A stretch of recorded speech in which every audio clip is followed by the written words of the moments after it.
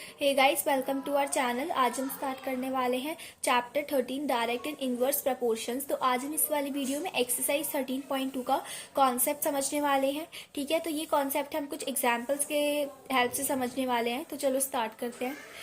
If 15 workers can build a wall in 48 hours, यानी कि अगर 15 वर्कर जो हैं वो आपस में मिलकर एक दीवार को बना लेते हैं 48 आवर्स में।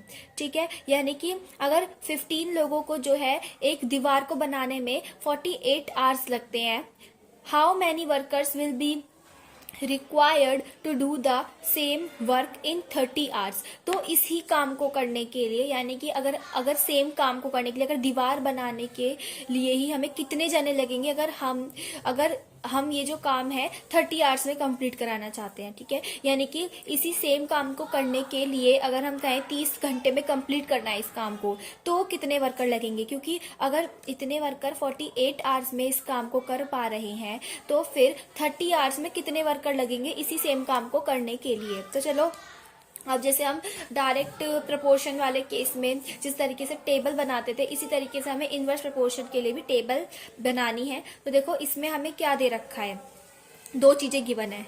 एक तो हमें गिवन है वर्कर्स और एक हमें गिवन है टाइम। ठीक है, और ये जो टाइम है हमें किस में दे रखा है? इन आवर्स में।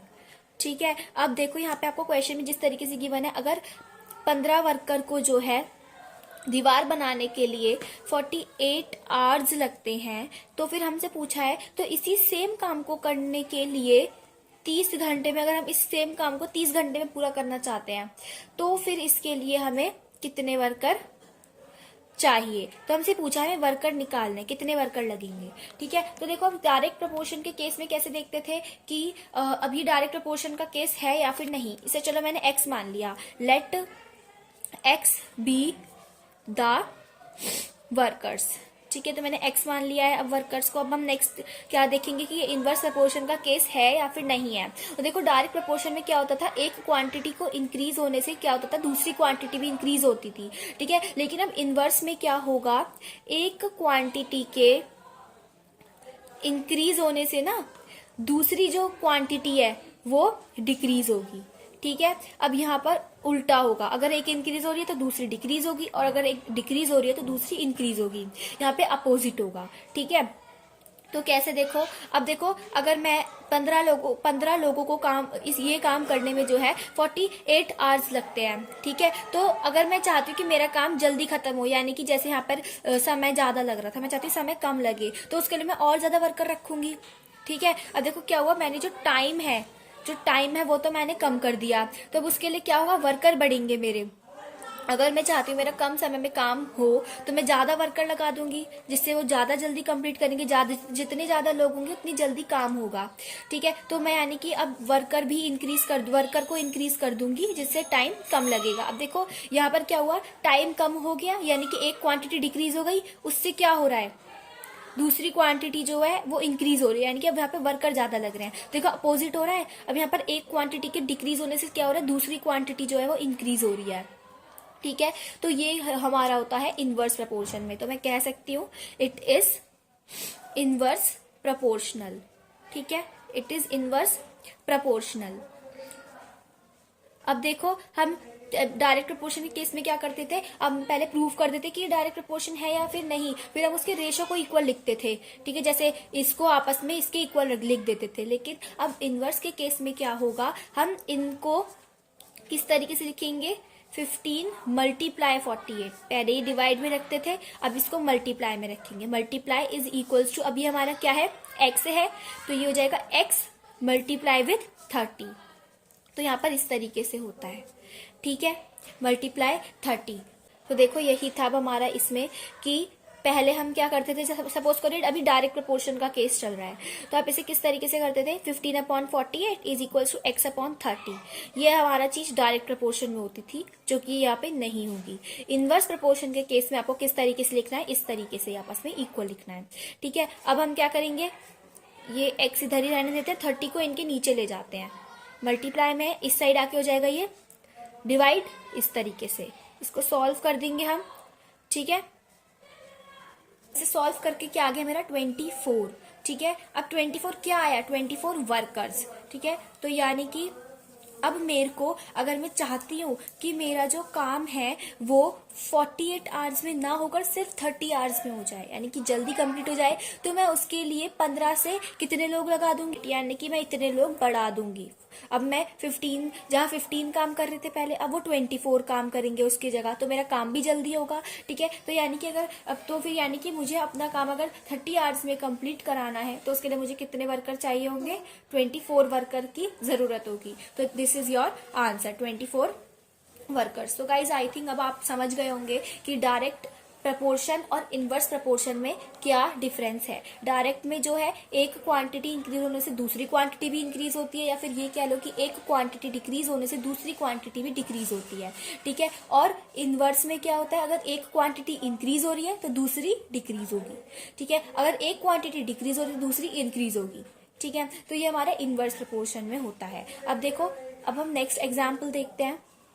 सो गाइस, अब देखो नेक्स्ट एग्जाम्पल। ठीक है, अब देखो इसमें क्या बोला है, 6 pipes are required to fill a tank in 1 hour, यानी कि जो हमें एक टैंक फिल करना है। ठीक है, अगर हम उस टैंक को जो है 6 पाइप से फिल करेंगे, यानी कि 6 पाइप हम लेते हैं उस टैंक को फिल करने के लिए, तो फिर वो 6 पाइप कितना टाइम लगा रहे हैं उस टैंक को फिल करने के लिए, 1 आवर 20 मिनट्स, यानी कि वो 1 घंटा 20 मिनट जो है उस टैंक को फिल करने में लगाएंगे अगर हम 6 पाइप लेंगे। तो यहाँ पे बोला है how long will it take if only 5 pipes of the same type are used, अगर हम 5 पाइप की हेल्प से उस टैंक को फिल करें तो कितना टाइम लगेगा। अगर 6 पाइप से हम उसे फिल कर रहे हैं तो वो कितना टाइम लगा रहे हैं एक टैंक को फिल करने में, 1 आवर 20 मिनट। और अगर हम इनमें से एक पाइप कम कर दें, हम 5 पाइप को यूज करें एक टैंक, उसी टैंक को मतलब फिल करने में, ठीक है, सेम पाइप है, तो समझ लो इसमें से एक कम कर दिया है हमने, तो फिर उस टैंक को कितना टाइम लगेगा, ठीक है, फिल होने में। तो अब हमें यही निकालना है। देखो इसमें हमें क्या चीज गिवन है, इसमें हमें गिवन है पाइप, ठीक है, इसमें हमें गिवन है पाइप्स, और एक और चीज हमें गिवन है टाइम, कि ये जो पाइप है इन्हें कितना टाइम लग रहा है उस टैंक को फिल करने में, और जो टाइम है, अब देखो यहाँ पे हमें आर और मिनट्स में गिवन है। ठीक है, तो हम क्या करेंगे, हम आर को मिनट्स में ही कन्वर्ट कर लेंगे, तो यानी कि हम इसको मिनट्स में लिखेंगे, इन मिनट्स। ठीक है, तो यहाँ पे आपको क्वेश्चन में बोला है अगर 6 पाइप हैं तो वो कितना टाइम लगाता है, 1 घंटा 20 मिनट लेते हैं मेरे टैंक को फिल करने के लिए। तो अब मैं 1 आवर को मैं मिनट्स में कन्वर्ट कर लूंगी, तो देखो 1 आवर इज इक्वल्स टू कितने होते हैं, 60 मिनट्स। यानी कि अब देखो मुझे ऑलरेडी 1 आवर दे रखा है तो मुझे कन्वर्ट करने की जरूरत नहीं, ये यहाँ पे 60 मिनट्स होंगे। देखो 60 प्लस 20 कर दूंगी, 60 प्लस 20 कर दूंगी, तो मुझे टोटल मिनट्स पता चल जाएंगे। ये हो जाएगा 80 मिनट्स, यानी कि 6 जो पाइप हैं वो मेरे 80 मिनट्स लेते हैं एक टैंक को फिल करने के लिए। इन 6 पाइप्स को जो है 80 मिनट्स लग रहे हैं फिल करने में टैंक। ठीक है, और फिर यहाँ पे बोला है अगर हम 5 पाइप को यूज करेंगे तो इन्हें कितना टाइम लगने वाला है। ठीक है, तो देखो सबसे पहले से x मान लेते हैं, let x be the time taken by pipes, जो पाइप्स लेंगे to fill the tank fill करने में ये जितना टाइम लेंगे। ठीक है, तो देखो सबसे पहले अब हम इसे देख लेते हैं इसको, कि मेरी क्वांटिटी जो है किस तरीके से मुझे गिवन है, तभी तो हमें प्रूफ करना है कि इनवर्स प्रपोर्शन का केस है या फिर नहीं है। तो देखो यहाँ पर अगर 6 पाइप 80 मिनट्स ले रहे हैं एक टैंक को फिल करने में, ठीक है, तो फिर 5 पाइप ऑब्वियस सी बात है और ज्यादा टाइम लेंगे। क्यों टाइम लेंगे, क्योंकि पहले हमारे पास ज्यादा पाइप थे तो उससे क्या हो रहा था, वो जो टैंक है वो जल्दी जल्दी भर रहा था, क्योंकि पाइप ज्यादा थे तो वो टाइम कम ले रहे थे। लेकिन अब मैंने क्या कर दिया, पाइप कम कर दिया, तो अब वो टाइम ज्यादा लेगा। ठीक है, अब देखो यहाँ पे 6 पाइप थे, वो 80 मिनट्स ले रहे थे उस टैंक को फिल करने के लिए। मैंने एक पाइप कम कर दिया, यानी कि अब उस टैंक को और टाइम लगेगा भरने के लिए। ठीक है, उस टैंक को और थोड़ा टाइम लगेगा फिल होने के लिए, क्योंकि अब यहाँ पे मेरे जो पाइप है वो कम हो गए। यहाँ पे ज्यादा थे तो जल्दी हो रहा था, यहाँ पे कम हो गए तो अब ये और ज्यादा टाइम लेगा भरने के लिए। तो देखो इसमें क्या हो रहा है कि मेरी एक क्वांटिटी यहाँ पे डिक्रीज हुई, मेरे पाइप जो है वो डिक्रीज हो गए, यानी कि अब जो मेरा टैंक पानी भरने के लिए जो मतलब अब मेरा टाइम लगेगा, उस टैंक को भरने के लिए जो टाइम लगेगा वो और ज्यादा लगेगा, यानी कि यहाँ पे ये एक क्वांटिटी इंक्रीज हो गई। ठीक है, यानी कि एक क्वांटिटी डिक्रीज होने से दूसरी क्वांटिटी इंक्रीज हो रही है, अपोजिट चल रहा है अब यहाँ पे, यानी कि मैं कह सकती हूँ इट इज इनवर्स प्रोपोर्शनल। ठीक है, कि ये इनवर्स प्रोपोर्शनल है। ठीक है, अब इसके बाद क्या होता है इनवर्स प्रोपोर्शनल में, हम इनको कैसे लिखते हैं, 6 मल्टीप्लाई 80, इसकी मल्टीप्लाई इससे और इसकी मल्टीप्लाई इस वाले से इज इक्वल्स टू 5 मल्टीप्लाई, इसे हमने x माना है तो ये हो जाएगा 5 मल्टीप्लाई x। अब इस वाले 5 को इनके नीचे ले जाएंगे, डिवाइड में चला जाएगा ये मल्टीप्लाई में, तो इस तरीके से अब हम सॉल्व करेंगे। सॉल्व करने के बाद यहाँ पे हो जाएगा, आंसर आ जाएगा 96। ठीक है गाइस, तो अब यानी कि x 96 मेरा क्या आया, ये आया आपका, ये इसकी वैल्यू आई 96 क्या मिनट्स, यानी कि 96 मिनट्स लगेंगे मेरे 5 पाइप्स अगर फिल करेंगे तो इनको 96 मिनट्स लगेंगे उस टैंक को फिल करने के लिए। अब देखो यहाँ पर जो 6 पाइप वो 80 मिनट ले रहे थे फिल अप करने के लिए। ठीक है, टैंक अब यहाँ पे मेरे पाइप कम हुए तो टाइम भी ज्यादा लग रहा है, और ज्यादा टाइम लगेगा अब क्योंकि कम हो गए पाइप, तो अब टैंक भी और टाइम लेगा फिल करने के लिए। पहले ज्यादा थे तो जल्दी भर जा रहा था। इस तरीके से यहाँ पे आपको दे रखा है 96।